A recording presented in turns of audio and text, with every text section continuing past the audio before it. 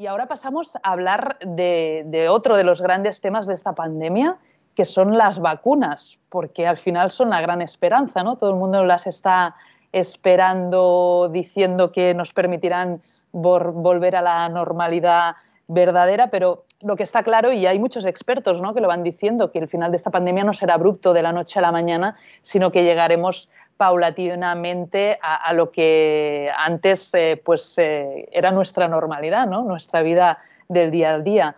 Si miramos los registros de la Organización Mundial de la Salud, actualmente hay pues casi unas 200 candidatas a vacuna que se están investigando. Eso sí, solo una cuarta parte ya ha superado los ensayos en animales y ya se están probando en humanos.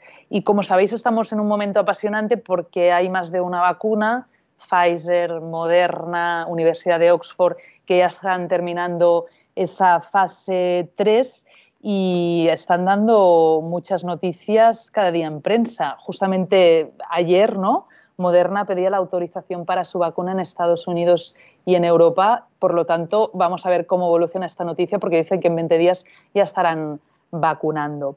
A la vez también estamos en un momento preocupante. Antes lo decía Javi Salas, una cosa es la vacuna y otra es la vacunación. Estamos viendo cómo las reticencias a las vacunas son cada vez más exageradas. De hecho, esta es una de las preocupaciones de salud global para la Organización Mundial de la Salud, y también tendremos que ver cómo responde la población, si realmente se quieren poner o no estas vacunas, porque esto puede poner en un compromiso a la inmunidad de grupo. Pero para hablar de todo ello nos acompañan, en este caso también, una científica y una periodista. Para mí es un gusto saludar a Isabel Sola, codirectora junto a Luis Senjuanes del Laboratorio de Coronavirus del Centro Nacional de Biotecnología del Consejo Superior de Investigaciones Científicas, investigadores con mucha experiencia en coronavirus y que ahora pues también están desarrollando una vacuna para la COVID-19 a partir del material genético atenuado del SARS-CoV-2, y Milagros Pérez Oliva, que es periodista, miembro del equipo editorial que se ocupa de temas sociales del país y directora de la revista Barcelona Metrópolis, que seguro que nos podrá también dar otra visión muy interesante de las vacunas. Así que, doctora Sola, cuando quiera, la escuchamos sobre su visión siempre realista, yo diría que su visión, y le agradecemos, siempre es realista, sobre el estado del desarrollo de las vacunas. Buenos días, muchas gracias por la invitación a participar en estas jornadas de reflexión que son tan interesantes y tan necesarias. No sé si podéis ver la presentación. Sí, lo estamos viendo. Vale, de acuerdo.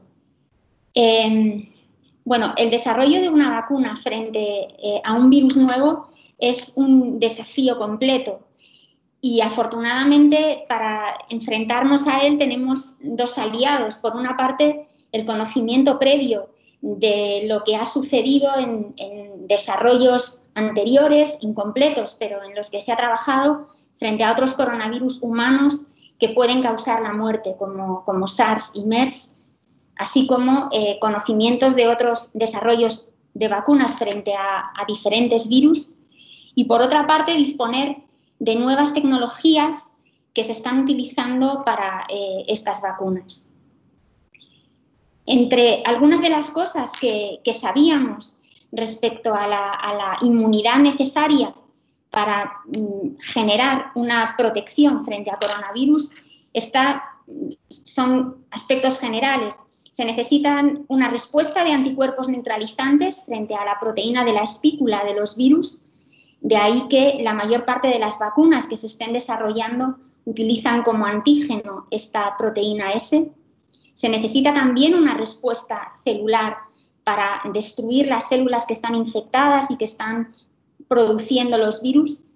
Y sobre todo se necesita generar una memoria inmunológica que permita responder a la infección cuando la persona vacunada se enfrenta a ella.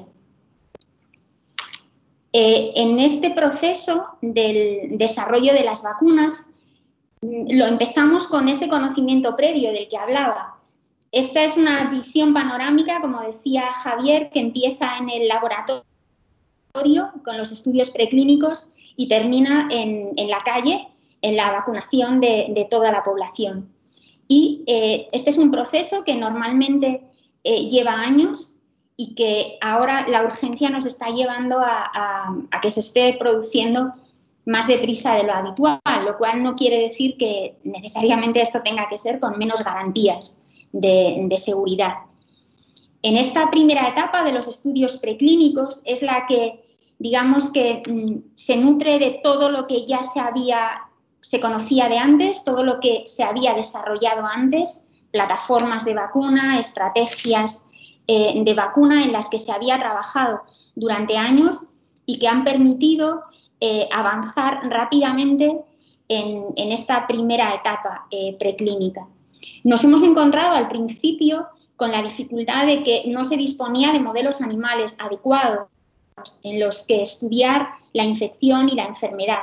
De ahí que algunos candidatos de vacuna hayan empezado casi directamente o en paralelo con ensayos clínicos en humanos, las distintas fases que todos conocemos, en las que empezando por grupos pequeños y terminando con grupos más grandes, se va analizando en primer lugar la seguridad, la respuesta inmune que inducen las vacunas y finalmente en la fase 3, que es la que estamos asistiendo a tiempo real, se evalúa por primera vez en humanos la eficacia que tienen estos candidatos a vacuna y por supuesto la seguridad.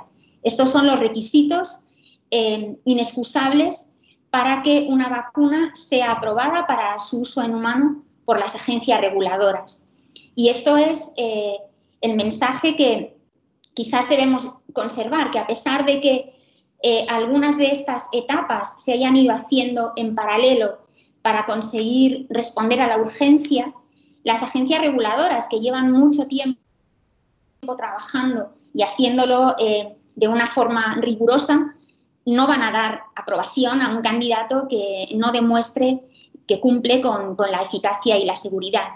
Y a continuación de aquí entraría ese proceso de vacunación masivo que no puede ser inmediato, que llevará su tiempo y en el que se considera una cuarta fase en el desarrollo de la vacuna, porque se sigue estudiando la seguridad en números en poblaciones mucho más amplias y se continúa estudiando las características que tiene la eficacia de la vacuna. Es decir, la duración de la inmunidad, algo a lo que todavía no podemos responder, porque esa pregunta requiere que transcurra tiempo y el tiempo, desgraciadamente, es lo que no tenemos actualmente. Las vacunas que en este momento, como decía Nuria, hay aproximadamente 200 candidatos, una gran parte se encuentran todavía en la etapa preclínica, es decir, desarrollando el candidato, haciendo ensayos de eficacia y de seguridad en modelos animales. Esta es una información que es necesaria y que en el proceso habitual sucede antes de empezar los ensayos clínicos en humanos. Esto proporciona una información de gran utilidad para poder ajustar, revisar el diseño de la vacuna. Y a continuación, los ensayos clínicos en humanos, en los que ahora hay más de 40 candidatos. Los más avanzados se encuentran en la fase 3 y están dando información también a tiempo real, en forma de comunicados de prensa sobre la eficacia que tienen. Son los candidatos de Pfizer y de Moderna, que desde el punto de vista tecnológico comparten el que son vacunas RNA, y el candidato de AstraZeneca y Oxford, que es una estrategia diferente, es un vector no replicativo. Y antes de que estos candidatos puedan llegar a humanos, necesitan efectivamente una revisión por parte de las agencias reguladoras, que verán no solo los titulares que hemos conocido hasta ahora, sino la letra pequeña y todo el detalle fundamental de los ensayos que terminará decidiendo si estos candidatos se aprueban o no se aprueban. Y por otra parte, la comunidad científica estamos también a la espera de que los resultados de estos ensayos se vayan publicando en publicaciones científicas en las que poder ver de forma objetiva cuáles son los resultados del ensayo y poder ver los matices tan importantes a la hora de decidir el alcance y las posibilidades, el potencial real que tiene la vacuna. Esto contribuirá, desde luego, a la transparencia, a poder no solamente aceptar algo que las agencias que actúan de forma muy rigurosa han aceptado, sino poder ver también por nosotros mismos y trasladar a la población cuáles son estos resultados. Una de las novedades que estamos viendo en el desarrollo de vacunas frente a este virus es que frente a las estrategias más tradicionales de vacunas, que como son los virus inactivados o los virus atenuados vivos, esto en esta ocasión representa solo un pequeño porcentaje de todas las vacunas que se están desarrollando. Y actualmente se está trabajando en estrategias que dependen mucho de la biotecnología, de la biología molecular, de tecnologías que son más nuevas, como la producción de proteínas, subunidad, los vectores virales no replicativos, como la vacuna de Oxford, o el RNA, que ha aparecido con fuerza entre los candidatos y que hasta ahora no se conocía cuál era su potencial frente a había algunos ensayos de fase 1, pero no se conocía su potencial en cuanto a eficacia frente a enfermedades infecciosas y, bueno, pues podría ser una nueva alternativa.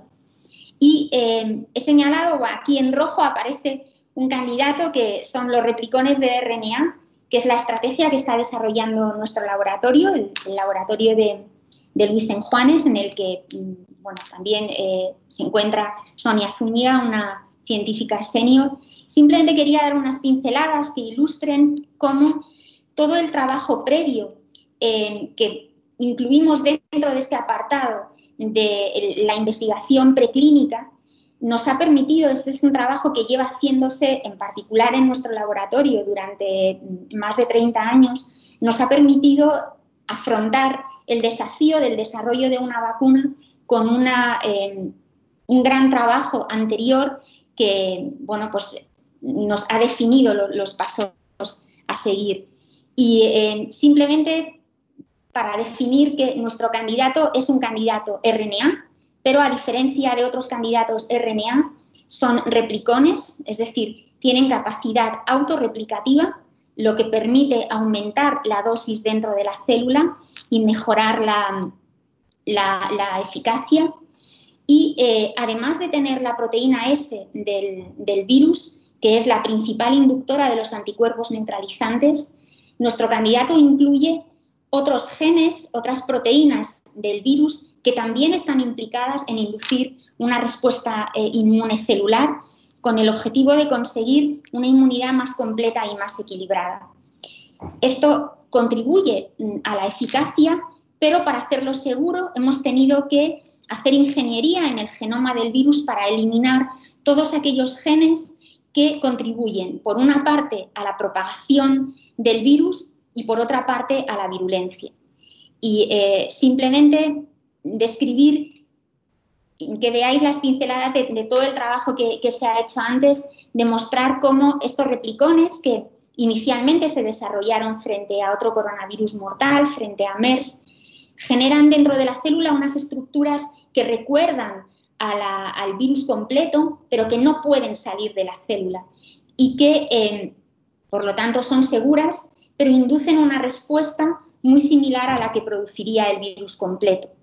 Hemos visto, por supuesto, que estos candidatos son atenuados, es decir, como no podría ser de otra forma, no causan signos clínicos en los animales, a diferencia de la infección con un virus completo que que produce pérdida de peso y la muerte de todos los animales, estos replicones no causan ni pérdida de peso ni causan la muerte.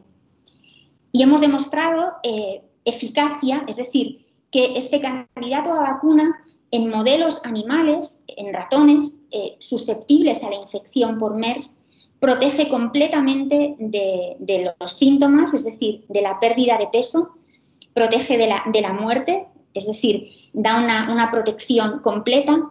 Y lo que es más importante, no solo protege de la enfermedad, sino que da una inmunidad esterilizante, es decir, impide que el virus se replique. Como veis, las columnas naranjas indican que no se recupera virus de los pulmones de estos animales.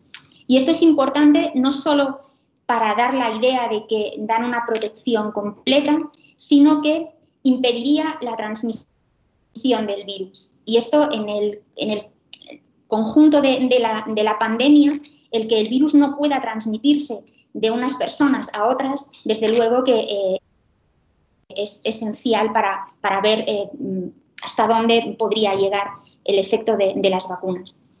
Simplemente toda esta información la hemos aplicado al desarrollo de candidatos a vacuna frente a este nuevo virus, es decir, no es un trabajo que se haya acelerado en estos momentos, sino que viene precedido de toda la información previa que teníamos antes y la estamos aplicando al desarrollo de dos versiones de estos replicones, bien el RNA envuelto en nanopartículas lipídicas, el RNA de los replicones, algo similar a lo que hacen Moderna o Pfizer, o bien utilizando células empaquetadoras que generan estas partículas similares a virus que no tienen capacidad de propagación.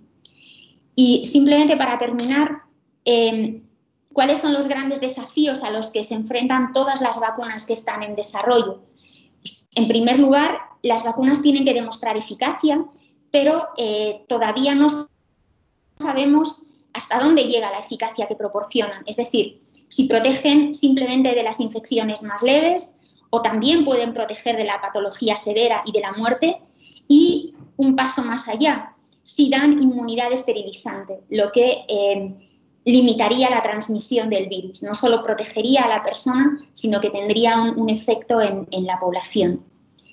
La seguridad es también un aspecto fundamental en las vacunas y en el caso de coronavirus hay una particularidad que se ha visto en los ensayos preclínicos frente a otras vacunas de coronavirus, que es la posibilidad de que generen inmunopatologías cuando una persona o un animal se ha vacunado y luego se ha infectado. Esto es algo que habrá que vigilar con atención en los ensayos clínicos. La duración de esta inmunidad también será crítico y todavía no tenemos respuesta. Parece que al menos la inmunidad puede durar 7 o 8 meses, que es el tiempo que ha transcurrido desde que empezó la pandemia, pero no sabemos hasta cuándo puede llegar.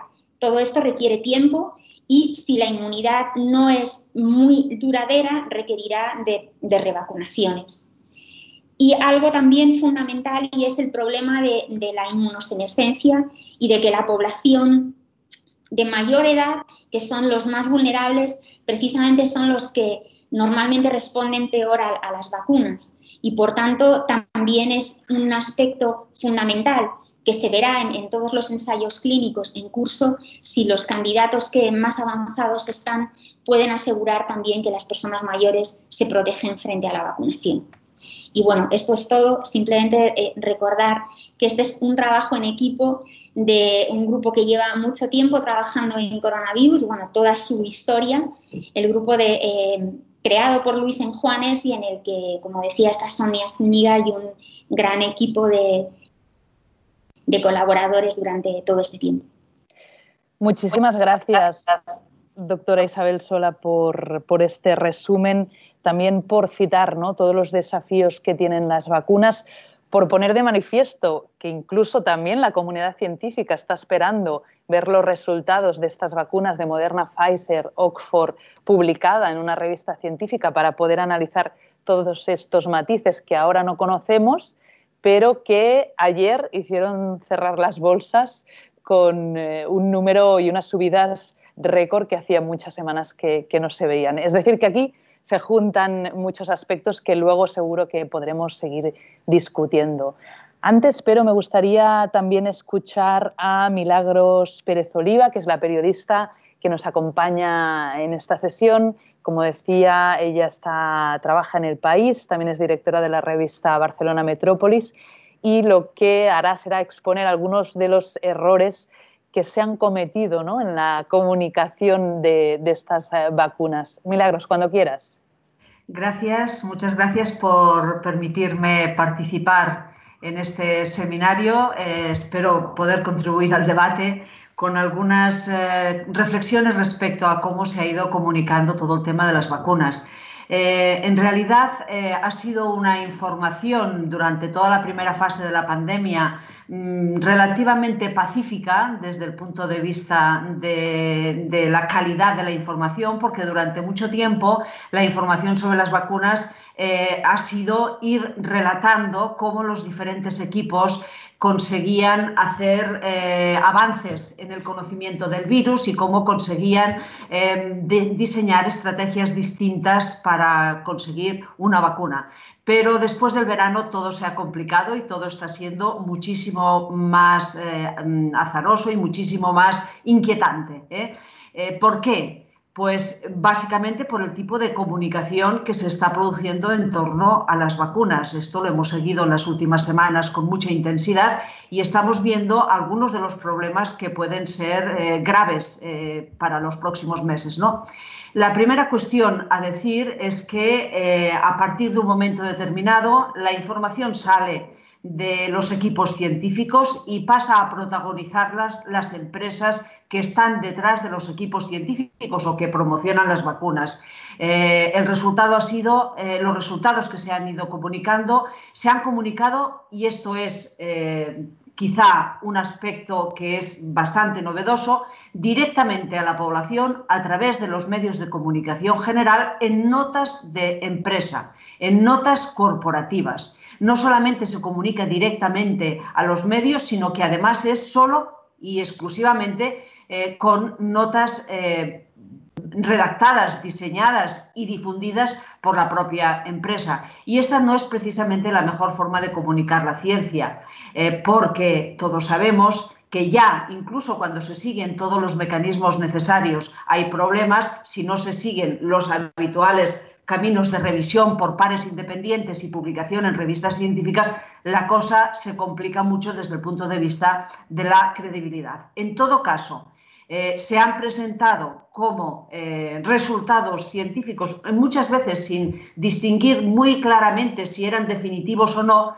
informaciones que eran claramente informaciones de parte, o sea, informaciones no sometidas a revisión independiente. Por eso todos los científicos ahora están esperando a conocer esa letra pequeña de la que se hablaba hace un momento, para ver si realmente lo que se ha comunicado se corresponde con los números reales que se han dado. La segunda característica es que esta es una información que tiene especial capacidad de penetración en el cuerpo social y particularmente en los medios de comunicación, porque se produce en una situación de gran ansiedad social. La ansiedad social magnifica las noticias, las buenas noticias esperadas tienden a magnificarse y diríamos que baja la guardia de la criticidad. Es decir, en una situación de ansiedad social tendemos menos a poner dudas sobre aquello que estamos esperando con mucha emocionalidad de por medio. Por lo tanto, se ha conseguido un eco mediático muy importante precisamente porque había esa ansiedad social, y la recepción de esta información ha sido muy problemática, porque la manera como se ha hecho esa información genera y alimenta una desconfianza previa que ya había en el cuerpo social hacia lo que podríamos denominar con carácter general la Big Pharma. Eso nos ha cogido en un momento de necesidad muy grande de tener buenas noticias respecto de la vacuna, porque estábamos con un cansancio, con una fatiga crónica con un cansancio emocional muy fuerte y, por tanto, la sensibilización social en torno de estas informaciones es mucho mayor y, por lo tanto, también, como veremos más adelante, los grandes intereses en juego que se dirimen en este tipo de informaciones tienen una capacidad expresiva mucho más fuerte que en una situación normal. Lo ha complicado todo conocer que después de estos comunicados de prensa hemos sabido que los principales directivos de algunas de las compañías que han anunciado avances espectaculares han vendido acciones y han hecho mucho dinero gracias a los anuncios que han comunicado. Si os parece, voy a relatar brevemente, porque veréis que aquí hay una estrategia muy clara y que hay un patrón, además, que se sigue muy claramente. Primero, ya se ha señalado al principio, han sido todas noticias emitidas el lunes, comienzo de la semana bursátil. Esto no es casualidad. Esto es muy importante porque lo que se buscaba con ese anuncio en esa fecha no es tanto hablarle a la comunidad científica, no es tanto hablarle a la población, como hablarles a los inversores de bolsa. Y eso tiene una connotación muy determinada. El primer lunes fue el 9 de noviembre y fue Pfizer BioNTech quienes anuncian una eficacia del 90% en 2 dosis con un intervalo de 28 días de la vacuna que ellos están investigando. En pocas horas las bolsas europeas subieron un 5%. En ese momento, en la comunicación de la empresa, ya anuncian que pueden producir 50 millones de vacunas antes de terminar el 2020 y 1.300 millones en el 2021. Y que luego lo hemos sabido a través de los periódicos económicos, no tanto a través de los periódicos generales, que el 80% de esa vacuna ya está, de la vacuna del 2020 y 2021 que se produzca en esos años, ya está prácticamente vendido la mayor parte de ella a los países que tienen precontratos y que son los países ricos. Por lo tanto, sus acciones se disparan un 15% en la bolsa. El problema es que 2 días después de este anuncio, sabemos que su principal CEO, que es Albert Bourla, se deshizo de 130.000 títulos en el punto culminante de máxima cotización de las acciones que se produjo ese día y que le reportó unos ingresos de 5,6 millones de dólares. Esta es una información que también mereció titulares en la prensa y que, por lo tanto, le da una connotación un poco siniestra en el sentido de la desconfianza a la información que se ha producido el día anterior o 2 días antes, que es que tenemos una esperanza que puede acabar con la bacteria y con el virus. La normativa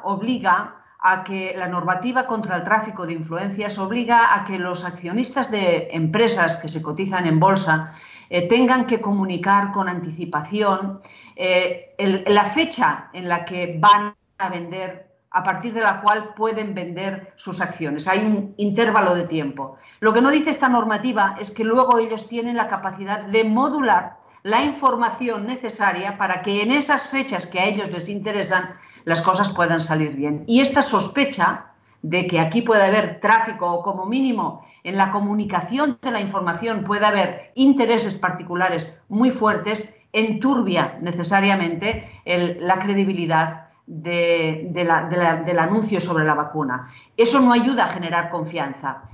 Todos sabemos que negocio y salud maridan muy mal y que eso agranda las sospechas que luego tendrán consecuencias sobre la recepción por parte de la población general de la idea de si se han de vacunar, si no se han de vacunar, si pueden confiar en que las vacunas serán seguras y eficaces, etcétera, etcétera, ¿no? El siguiente lunes fue Moderna, el 16 de noviembre. Anuncia también una eficacia del 95%. La de Moderna dice proteger casos graves y personas vulnerables, y esto es importante porque esta era una de las grandes incógnitas que todavía está sobre el terreno para discutirse, y la subida en bolsa es del 20% en las horas inmediatamente posteriores. Y al día siguiente se estabiliza en una subida de 9,5% para las acciones de esa compañía. En el pico de la subida, Stefan Bancel, que es el consejero delegado, con un patrimonio estimado por Forbes de 3.900 millones de dólares, vende gran parte de sus acciones y él tiene el 6% de las acciones de la compañía. Por lo tanto, estamos de nuevo en el mismo patrón. ¿Qué significa esto? Significa que refuerza todos los efectos negativos que había tenido ya conocer que el directivo de Pfizer había hecho esta venta. Finalmente viene el tercer ejemplo, que es un ejemplo que para mí es paradigmático porque pone de manifiesto cuáles son las contradicciones que tenemos en este tipo de comunicación. Es el siguiente lunes, casualidad también, ¿no? El 23 de noviembre. Es la Universidad de Oxford y AstraZeneca las que emiten, en este caso, una información bastante confusa. Porque primero hay una nota que habla de una eficacia del 70% de la vacuna que tienen en ensayo, luego precisan que son resultados preliminares del estudio global de 24.000 personas que se está haciendo en Reino Unido, Brasil y Sudáfrica, pero que ese 70% es el promedio de dos grupos, uno de 8.900 participantes que muestra una eficacia del 62%, recordemos que antes hemos tenido noticias de eficacias del 92 y el 95%, y que en el caso de la de Oxford llega al 90% en una branca de 3.700 participantes del Reino Unido, que más tarde se sabe también que no han recibido 2 dosis completas, sino la primera dosis era solo media dosis. Aquí se produce una confusión tremenda, hay mucho movimiento de información en ese momento. Se habla de la serendipity, se habla de la casualidad. Ellos, por un error, no dan la dosis completa, sino que dan media dosis a ese grupo de 3.700 participantes y, sorpresa, el resultado es mejor que con una dosis completa. Ni los propios directivos pueden explicar, ni los científicos pueden explicar por qué eso que es tan contraintuitivo es así. Y, por lo tanto, es un anuncio que viene envuelto con, en este caso no hay una venta de acciones, pero viene envuelto con otro elemento que es el elemento de la desconfianza sobre la forma de comunicar los datos y los datos que se facilitan. Es decir, desconfianza respecto de la transparencia. Y lo más grave y que acaba de añadir desconfianza es que en la primera versión que se da de los resultados se omite que los datos del estudio más favorable, que es el que llega al 90%, se corresponden con personas de menos de 55 años, lo que deja fuera colectivos de mayor riesgo. Y eso realmente crea inquietud. ¿Por qué se publican datos confusos de 2 estudios diferentes con una cifra de eficacia promedio, que eso no debería hacerse, cuando no pueden compararse los 2 grupos, y un resultado favorable que es contraintuitivo y que desafía la lógica? ¿Cómo una compañía y un equipo tan prestigioso como el de Oxford se permite esta licencia que tendrá consecuencias muy graves reputacionales sobre su credibilidad? Por las prisas, porque llevan 2 semanas en el que cada lunes tienen un disgusto. Y esto es lo que plantea que a veces, incluso, como sabemos muy bien, como nos ha explicado Coleman, personas muy juiciosas, con mucho conocimiento, pueden hacer cosas que van contra sus intereses porque emocionalmente les puede un factor que les arrastra, un factor emocional, ¿no? Estamos acostumbrados a distorsiones en titulares sobre la eficacia de los medicamentos oncológicos, por ejemplo, cuando se nos anuncia que aumenta una supervivencia en un 100% y luego no se nos dice que la supervivencia de partida es muy baja y que por lo tanto aumentar el 100% en realidad es poca ventaja. Esto estamos muy acostumbrados, pero en este caso, en la información sobre las vacunas, estamos asistiendo además a que se hace con prisas, hay una celeridad extra, pero sobre todo lo peor de la situación es que estamos en una carrera, en una competencia desesperada entre los principales para ver cuál llega primero. Y lo peor de todo es que esos equipos inteligentes, a los que desde luego para mí tienen toda la credibilidad, como es el equipo de Oxford, intentan hacer de la necesidad virtud y en una segunda nota de la compañía destacan que necesitar media dosis, que no pueden explicar por qué, podría ser beneficioso porque permitiría que la vacuna llegara a más población. Es decir, que encima añaden un argumento oportunista que se suma a la falta de transparencia y a las dudas que pueden suscitar todos los datos confusos que han dado antes. Aquí estamos ante una distorsión provocada precisamente por la prisa que produce la carrera por ser los primeros. Todos sabemos que aquí será muy importante quién llegue primero. Entre las 48 candidatas que hay en fase de ensayo en humanos, hay 9 que están en estudios de fase 3 avanzados. Cualquiera de estas 9 está en condiciones de competir con las demás. Probablemente las primeras que se aprueben no serán las mejores vacunas, probablemente igual no son las mejores vacunas, pero es importante llegar primero porque el que llegue primero tiene muchísimas ventajas. Por ejemplo, tiene la ventaja de que se va a llevar toda la parte de los contratos a riesgo, es decir, son vacunas que pueden ser superadas en cuanto a eficacia y seguridad por otras vacunas posteriores, pero como hay una ansiedad social y hay una urgencia por parte de los gobiernos de asegurar a su población que son previsores y que van a tener a su disposición reservas de las vacunas que vayan a aprobarse y por lo tanto compran de todas las candidatas, llegando los primeros ya tienen un beneficio, aunque luego no fuera la mejor vacuna que se va a generalizar. Por lo tanto, aquí hay una guerra comercial detrás de toda la información que hay sobre todo esto, ¿no? Y luego hay diríamos, una evidente ausencia de debate y de información sobre los aspectos sociales de estas vacunas. Por ejemplo, sobre el precio. Todos hemos publicado el precio, evidentemente, pero las consecuencias que tiene el precio debería esto inducir un debate que añadiera información a la información científica sobre la validez de los proyectos. No es lo mismo tampoco, esto se ha hablado más, las dificultades de difusión diríamos, de distribución que unas representan o las dificultades de fabricación que unas son mayores que otras. Pero se habla muy poco además de COVAX. Alguna noticia suelta, algún reportaje suelto en los periódicos, pero no estamos entrando en el fondo de la cuestión, porque lo que domina la información sobre las vacunas es el marco conceptual que se ha establecido de acuerdo con los intereses de las compañías que lo están fabricando o que las están fabricando. Mila, deberíamos ir terminando, sí, para dar paso al debate, perdona. Sí, solo un último apunte. Hay, entre estos grandes intereses en juego, que son intereses económicos, hay además intereses geoestratégicos. La Unión Europea apuesta más por Oxford porque es una vacuna de matriz europea. Estados Unidos apuesta más por Moderna porque es una vacuna de los Institutos Nacionales de Salud.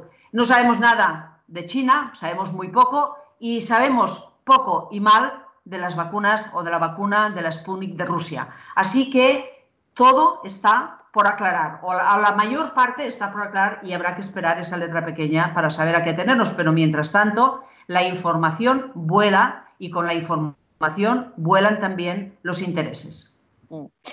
Muchas gracias, Milagros Pérez Oliva, sobre todo esta cronología, ¿no?, de los hechos que muestra claramente que no solo hablamos de vacunas, hablamos de intereses políticos, intereses económicos, geoestratégicos, se juntan muchas cosas en una misma cuestión. Yo diría que las vacunas es el paradigma de la ciencia impaciente. Hoy que hablamos sobre esta cuestión en este debate virtual que organiza Fundació Esteve.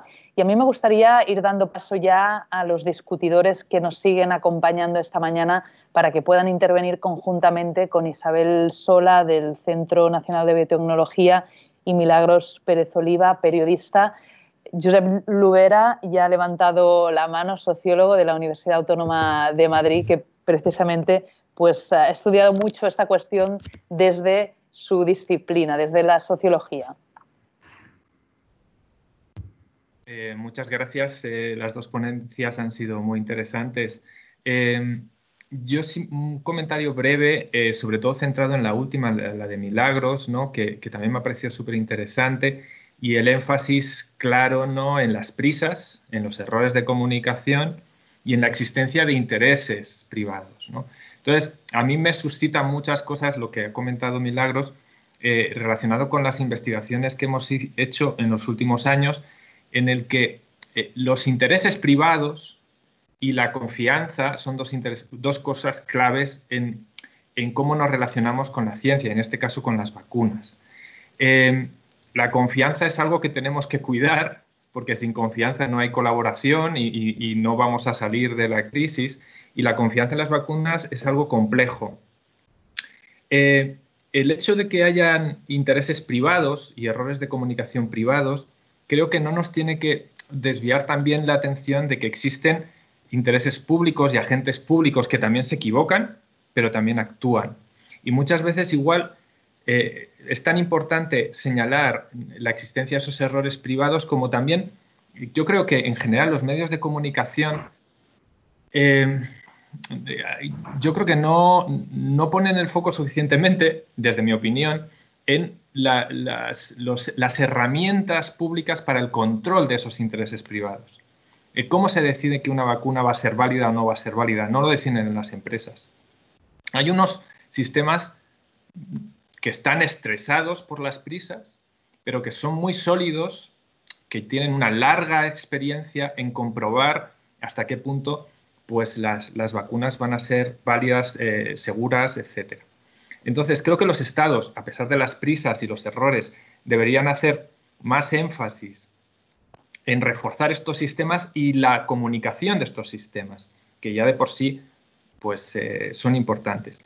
Y recordar pues, que el sistema ni siquiera lo decide España qué vacunas van a ser validadas, sino que viene de la Agencia Europea de los Medicamentos, y que nuestra confianza, porque al final a mí lo que me inquieta es la confianza de que esos errores, como comentaba Milagros, de comunicación y esos intereses privados puedan estar afectando a esa relación entre la opinión pública y las vacunas, ¿no? Creo que es importante que visibilicemos que no estamos solos ante esos intereses privados.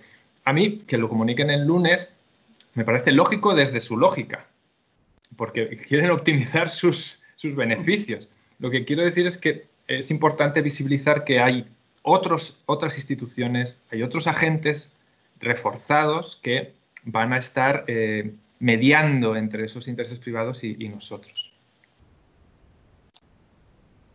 Mila, no sé si quieres contestar a Josep. Sí, yo estoy muy de acuerdo con él. El problema es que todavía no ha llegado la hora de esas agencias. O sea, ya conoceremos qué dice la FDA, ya conoceremos qué dice la Agencia Europea del Medicamento y ya conoceremos los argumentos, pero el primer impacto, aquí en comunicación hay un aspecto que es muy importante y que todos los comunicadores lo conocen bien. La importancia del primer impacto para establecer los marcos mentales de la discusión, los marcos del debate público. Si lo que quien domina el primer impacto luego está en mejores condiciones de modular el relato sobre eso. Entonces, claro, los intereses, por supuesto, de las farmacéuticas son legítimos, no tenemos por qué desconfiar de ellos. Los mecanismos de enriquecimiento de los directivos de las farmacéuticas son los mismos que los mecanismos de enriquecimiento de los directivos de los bancos, de los directivos de las cementeras, de cualquier otra empresa. No tenemos que criminalizarlo. Lo único que ocurre es que, así como en otros ámbitos de la vida, la posible colusión de intereses económicos y población general son mejor llevaderos, en el tema de la salud y el consumo hay muy poca tolerancia con esto. Es decir, esto tiene que ver también con nuestra relación con el riesgo. La gente tiene desconfianza de cosas que implican un riesgo que él no puede controlar. Es decir, la persona solo puede decidir si se vacuna o no se vacuna, si sigue siendo voluntaria. Pero si tiene la percepción de que con esa vacuna le imponen un riesgo que él no ha elegido, eso va a influir sobre su conducta, sobre su decisión.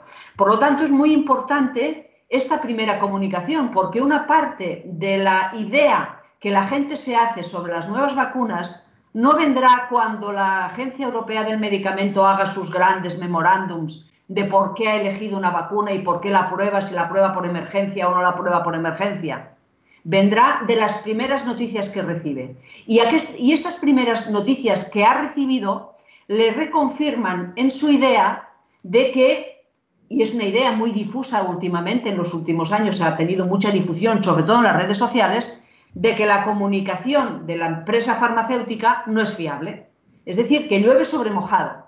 Y eso configura las primeras percepciones de la población. Y por eso es tan importante estos errores. Seguro que luego, y en eso estoy de acuerdo, los periódicos hemos de hacer énfasis en los mecanismos que la sociedad tiene de control y los mecanismos públicos de control, no solo sobre la información, sino sobre las vacunas en sí mismas, ¿no? Pero lamentablemente, cuando se ha producido un primer impacto en una dirección, luego cuesta muchísimo reconvertir, reorientar el primer impacto. Cuesta el doble de esfuerzo rectificar una primera impresión desfavorable que si no hubieras tenido esa primera impresión desfavorable. Muchas gracias por esta respuesta. Se ha unido al debate también Gemma Revuelta, que veo que ha levantado la mano, directora del... Ay, disculpa, doctora Isabel Sola, no sé si quería contestar también a esta pregunta en concreto, que veo que ha levantado la mano ahora. No la escuchamos, ¿se tiene que activar el micrófono? Y ahora enseguida voy con Gemma Revuelta, perdonad. Sí, perdón, simplemente añadir que completamente de acuerdo con lo que se ha mencionado de la importancia de la comunicación, de la oportunidad, de que las grandes farmacéuticas juegan su papel, son compañías y buscan el beneficio. Pero creo que quizás deben mantenerse esta dualidad entre los intereses de las corporaciones, que son legítimos siempre que estén dentro de la legalidad, y que independientemente de esto, los candidatos que se están desarrollando en algunas de estas grandes compañías, pues efectivamente pueden tener un potencial científico y sanitario importante, que no debe quizás empañarse por esa posible desconfianza que inspiran los procedimientos, los tiempos que se están utilizando.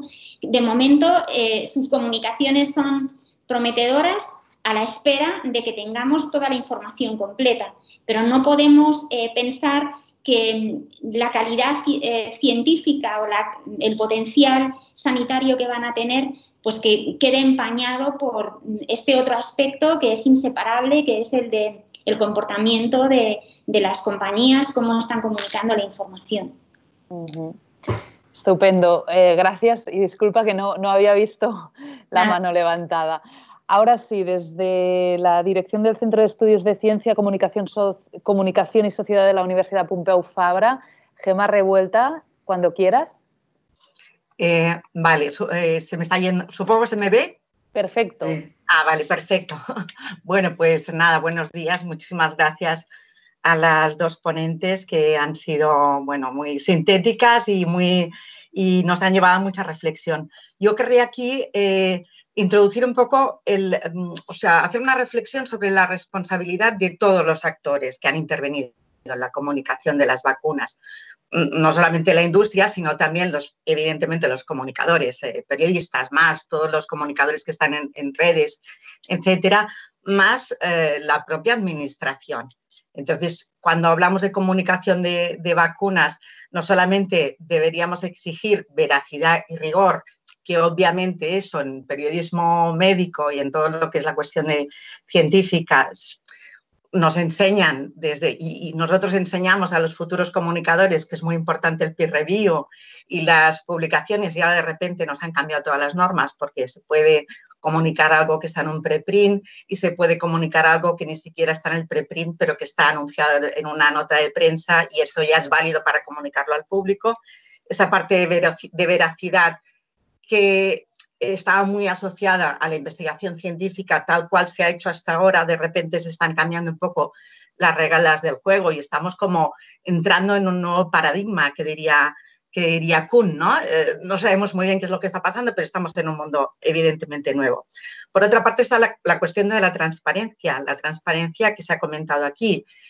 No solamente estamos hablando, por ejemplo, en el caso de estos anuncios de Pfizer y de Moderna, etcétera, no es la compañía en sí que tenga una actitud, sino que es un individuo, una persona, el CEO de la compañía, para su beneficio propio, Aquí no solamente es que, bueno, vamos a perdonar a la compañía porque se quiere beneficiar su afán, o sea, la compañía necesita ganar dinero, esto está dentro de las reglas de juego. No, es que es una persona, que es el director, que nos esconde que al día siguiente va a vender las acciones, anuncia unos resultados y con esto consigue un beneficio que obviamente es legal, pero hasta qué punto es ético y hasta qué punto no es responsabilidad suya el efecto que está causando. Y aquí es la tercera reflexión. O sea, yo pienso que es veracidad, transparencia, pero también pensar siempre en el impacto que está teniendo, el impacto de esa acción, de ese ejercicio, mala praxis de la comunicación para un beneficio lucrativo propio, individual, tiene un impacto en la percepción pública que ya lo estamos viendo. Hay un porcentaje muy alto de la población española que dice que no se va a vacunar.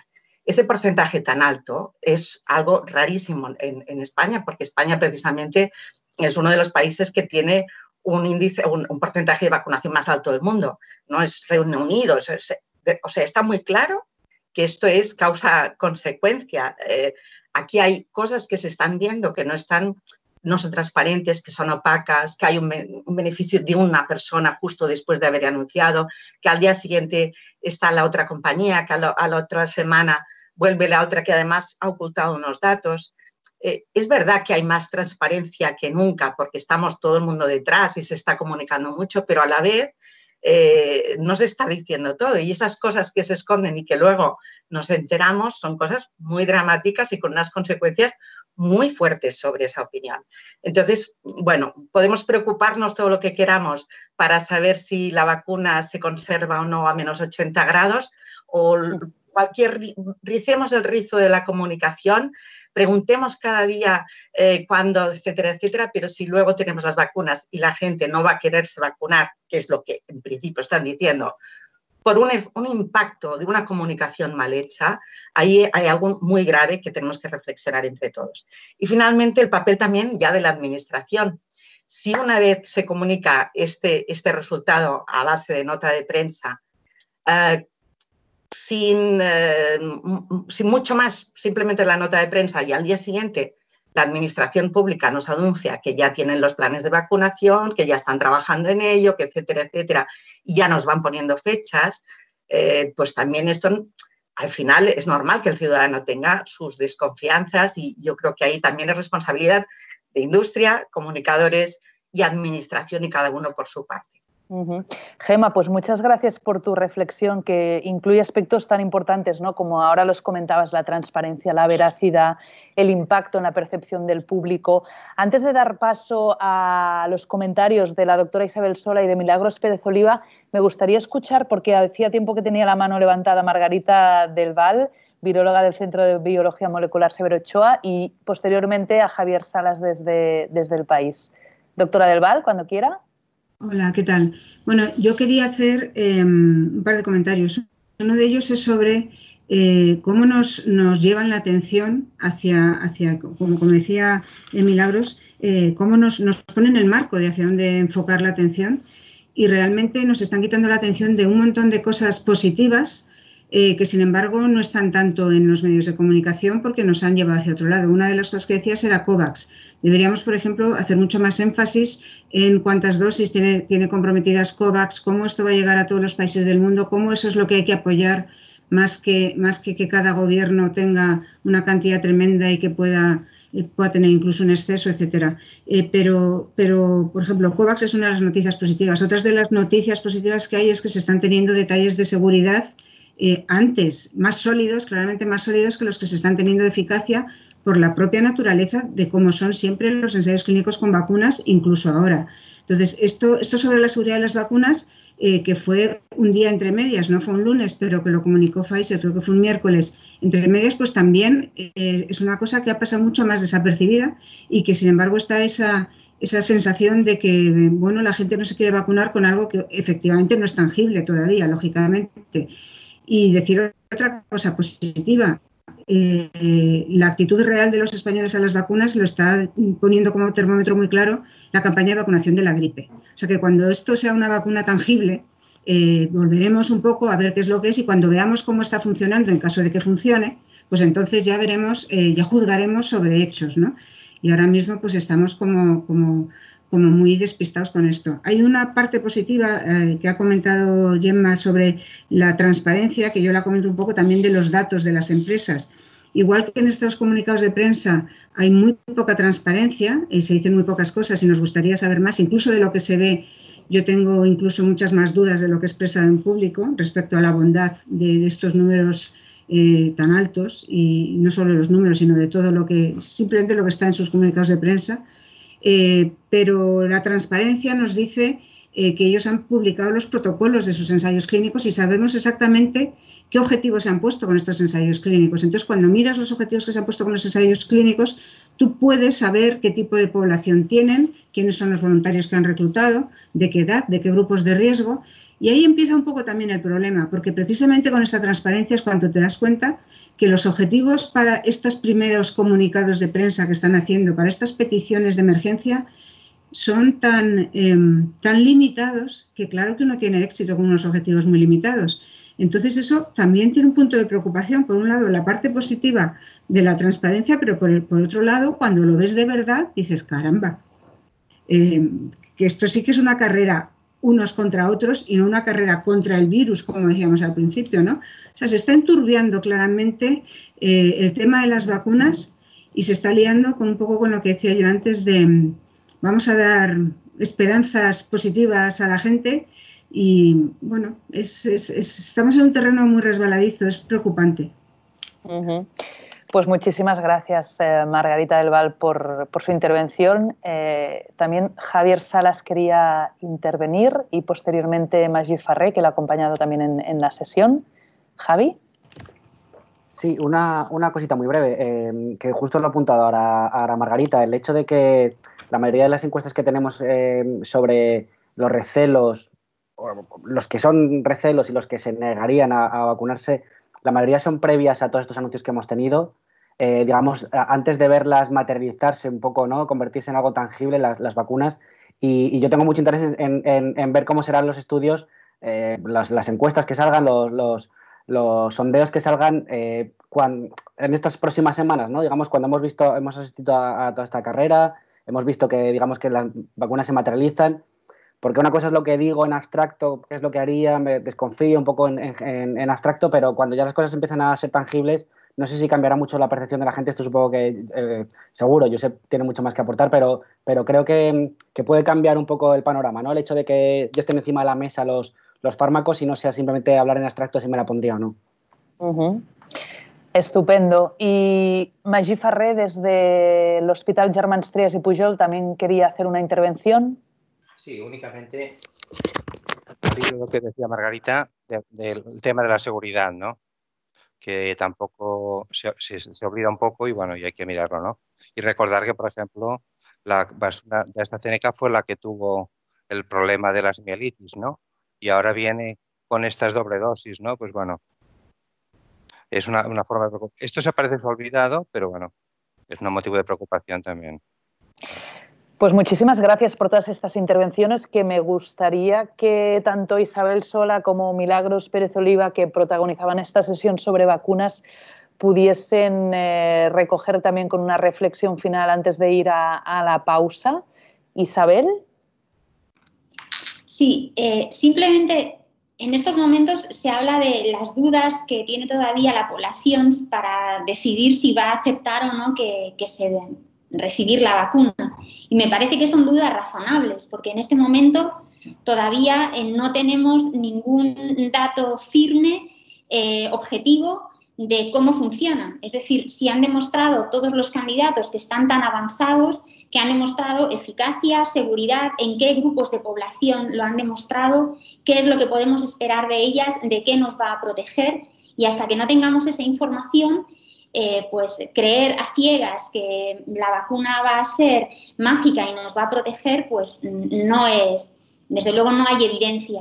De momento todas las dudas que hay son razonables y creo que la forma de solucionarlas es cuando haya una evidencia y una certeza con los resultados que se publiquen de qué es lo que podemos esperar de ellas y, por tanto, que se pueda confiar sobre datos ya concretos. Estupendo. Visión realista sobre las vacunas y sobre las dudas razonables también que tiene la población que tiene derecho a tenerlas, claro está. Milagros.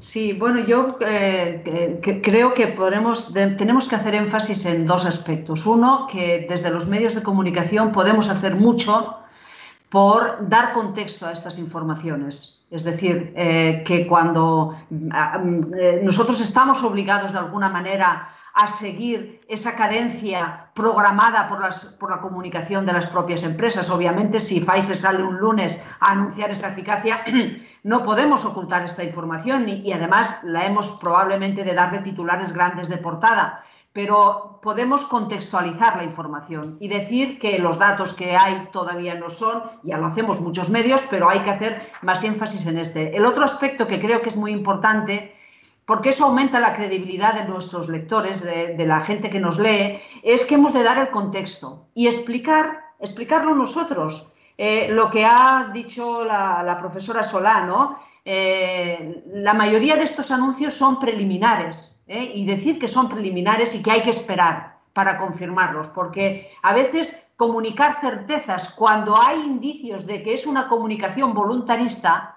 no hace ningún favor a la credibilidad de esa comunicación.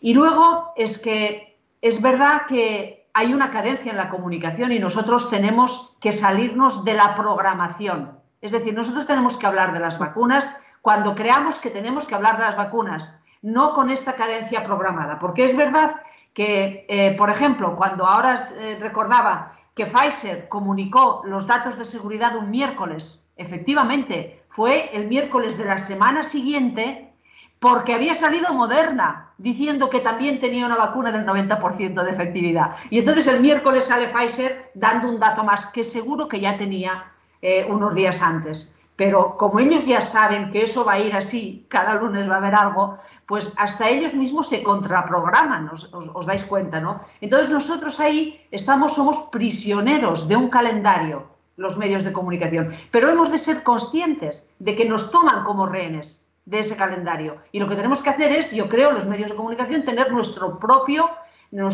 propia agenda informativa y hablar de las vacunas con contexto y sobre todo creo que la asignatura pendiente que tenemos ahora es hablar de los aspectos sociales de las vacunas, COVAX, cómo se distribuyen, todo, explicarlo todo. Y yo creo que tenemos mucho que mejorar, pero bueno, también la verdad es que hay mucha más conciencia ahora en los medios de comunicación y la información es mucho más precisa. O sea, yo no soy catastrofista ni mucho menos, al contrario, pienso que la comunicación científica, haciendo balance, desde que yo empecé en estos terrenos, ha mejorado muchísimo. Pero tenemos que mejorar más. Y también poner el foco en la dimensión social de esta pandemia, que otra sesión más vuelve a reivindicarse porque también es importante más allá de los avances en fármacos, en vacunas que ha centrado esta segunda sesión que hemos compartido con la periodista Milagros Pérez Oliva y con la investigadora Isabel Sola, que codirige el laboratorio de coronavirus del Centro Nacional de Biotecnología del CSIC. Muchísimas gracias a las dos, también a todos los discutidores que han continuado aportando sus visiones a este debate.